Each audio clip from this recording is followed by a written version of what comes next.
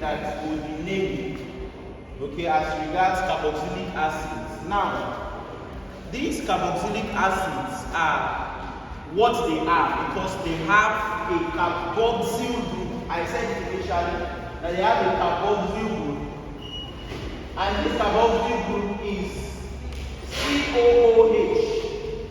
The carboxyl group is COOH, and this carboxyl group is made up of a carbonyl group. Carbonyl group is what? C double bond 2 and what? And what? Hydroxyl what? Hydroxyl group OH. This carboxyl group is the functional group for carboxylic what? Acids. And carboxylic acids are also known as alkanoic acids. They have the suffix OIC, oil. They have the suffix what? OIC, oil. Alright?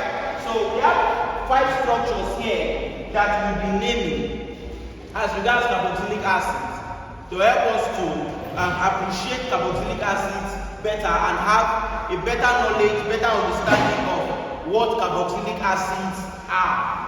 Now look at this, guys. Let's begin with the first one. Now I told you that you have to number from the carbon in the COOH. The carbon present in your carboxyl group should be where your numbering starts from. Unlike other hydrocarbons that you have to count or number from the end that will give the substituent the smallest possible number, here you number from the carboxyl group. The carbon atom present in the carboxyl group. Are we together? Are we together? Now look at this, guys. Now you have to number from this carbon. Now this is the carbon. I just wrote this carbon here so you know that this is where the carbon is. Remember, I told you that carboxylic acids can be represented as RCOOH, where R is either hydrogen atom, or an alkyl group like methyl, propyl, butyl, pentyl, etc. Okay, so looking at the members, HCOOH is the methanoic acid. Then CH3COOH is ethanoic acid. Then the third member, CH3CH2COOH, is propanoic acid. And so on and so forth. We have butanoic acid, we have pentanoic acid, hexanoic acid, heptanoic acid, octanoic acid, nonanoic acid, and decanoic acid. And one thing you must know is that this acid increases by CH2. If you look now for me to write butanoic acid, I'll add another CH2 here. So this butanoic acid. Alright?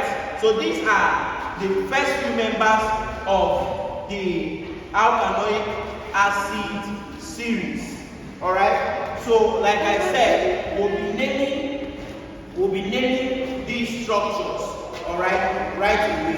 We're naming these structures right away. Okay? Now beginning with this one. Now the idea is to start from the carbon having the carboxyl group. If we start from here, we put our number 1 here. 2, 3, 4, 5, 6, 7. Okay? 6, then 7. Now, I need you to understand that for carboxylic acid or alkanoic acid, we must also take note of the longest continuous carbon chain from the carbon in the carboxyl group. The carbon in the carboxyl group, which is the functional group. So we must count the longest continuous carbon in that group. And now here, how many carbons do we have in this chain? How many carbons do we have in the chain? 7, right? So 7 means that it will be heptanoic acid, right? Good. Another thing is this. One thing you need to note is that in this case, we also need to take note of the word substituent, like we've always been doing. But we are not here to actually take note of the sign that will give the substituent the smallest possible number. That's not the interest. The major interest is to ensure that we place our number one at the carbon that is in the carboxyl group. Now we have a couple of substituents. We have this, and we have this. Now if you look at this substituent, you realize that it has 2 points. This is an alkyl substituent, right? So this is ethyl, is it not? This is ethyl. This also what? Ethyl or ethyl, as you may call it. Ethyl, okay, and this fluoro, is it not? So if we have to name this, we have to name it based on the position where they are, and also in alphabetical order, right? So we'll start with from chlorine, so we'll say 4 what? 4 chloro, then what? 3, 5, is it not? 3, 5, di what? Diethyl what? Heptanoic acid. This is the name of the first structure. This is the name of the first structure. 4 chloro, 3, 5 diethyl heptanoic acid.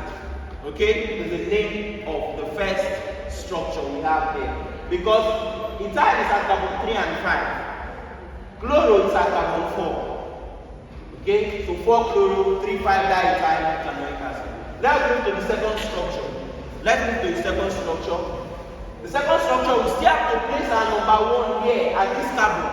Are we together? Place our number 1 here at this carbon. 2, 3, 4, 5, 6, 7, 8, 9, and what? 10. So 10 carbons, right? We have 10 carbons in this chain. The longest continuous carbon chain has how many carbons? 10. So this is a substituent. This as well is a what? You need to be very careful when you're settling the substituent. So you don't circle together with the carbon in the chain. You don't circle together with the carbon in the chain. You need to be very careful. You need to be very cautious.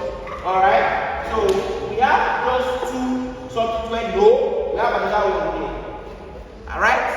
We have another one here. This is methyl, right? Now this substituent that has 3 carbons, 1, 2, 3, is called propyl. It's called what? Propyl. Do you agree with me? It's propyl, right? Beautiful. 1, 2, 3. Alright, this one has just bromo. This one bromo. Now, you're still missing out. This is another substituent. Are you not seeing it? Are you not seeing it? Are we together? You have to be very observant. This and this. Look very well. Is there another one? No, there's not that one. Alright? So we have methyl at carbon 4. This 4 at carbon 4 and 8. Propyl at carbon 7 and bromo at carbon 6. Okay, so the name of this structure will be 6 bromo, right? 6 bromo. Alright? Between M and P, which one comes first? M, right? So methyl is at carbon 4 and carbon 8. So we say 4, 8, dimethyl, hyphen again, 7 what? 7 propyl, decanoic what? Acid. Decanoic acid. Are you seeing it? Decanoic acid. Decanoic because there are 10 carbons in the chain. Okay, that's why it's called decanoic acid. There are 10 carbons in the chain. Now let's quickly go to the third one. Alright, let's quickly go to the third one. You still have to place your number 1 here. So you have 2, you have 3, you have 4, 5, 6. Hope you know what the longest chain will look like. From here to here, right? 6, 7, 8, 9, and what? 10. This is a substituent, and substituent as well. Then this one is also a substituent. We have a total of 4 substituents here. Okay? We have a total of 4 substituents here. Okay? So we have chloro, we have 2 methyls and 1 methyl. Almost similar to what we did in the first one. Okay, there was no methyl in the first one. Almost similar. Okay, we have 2 methyls here. Alright? So beginning with chloro, we have chloro at carbon 7. So we say 7 chloro. Ethyl is at carbon 4 and 6. So 4,6 dimethyl. Then methyl is at carbon 3, right? 3 what? Methyl what? Decanoic what? Acid. Simple as that. Alright? So 2 ethyl is at carbon 4 and 6. Methyl is at carbon 3. Chlorine is at carbon 7. We are starting our numbering from this first carbon. Okay? That is it. Now let's go to number 4, the fourth structure.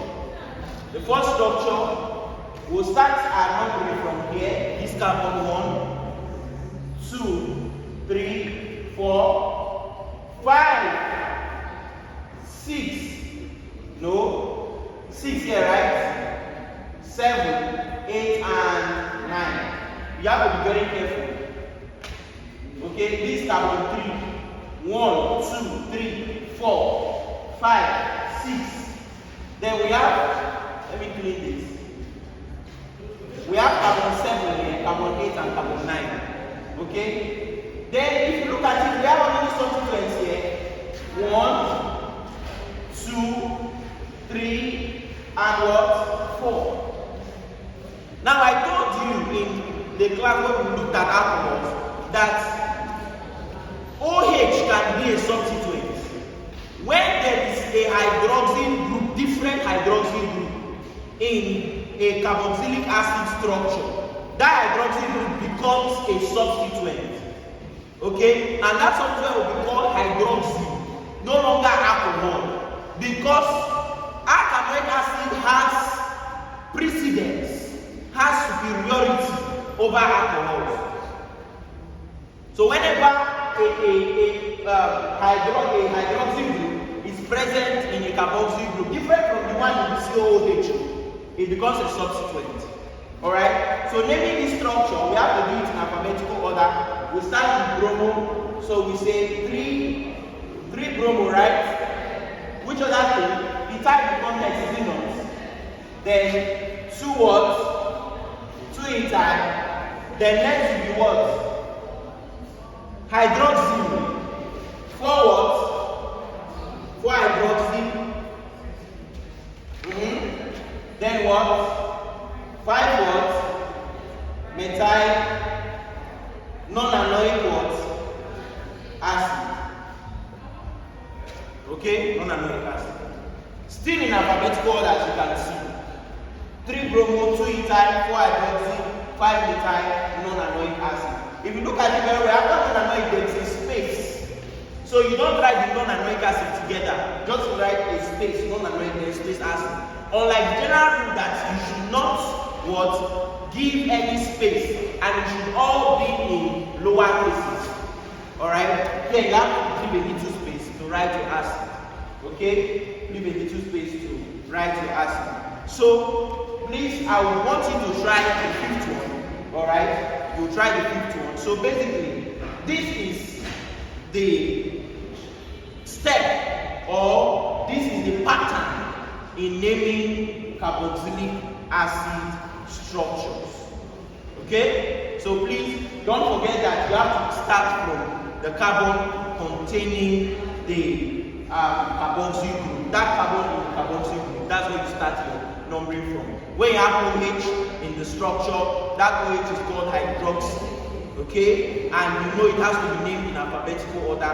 Okay, so please do well. You send your answers. Okay, you do the 5th one, and of course send in your answers to this particular structure.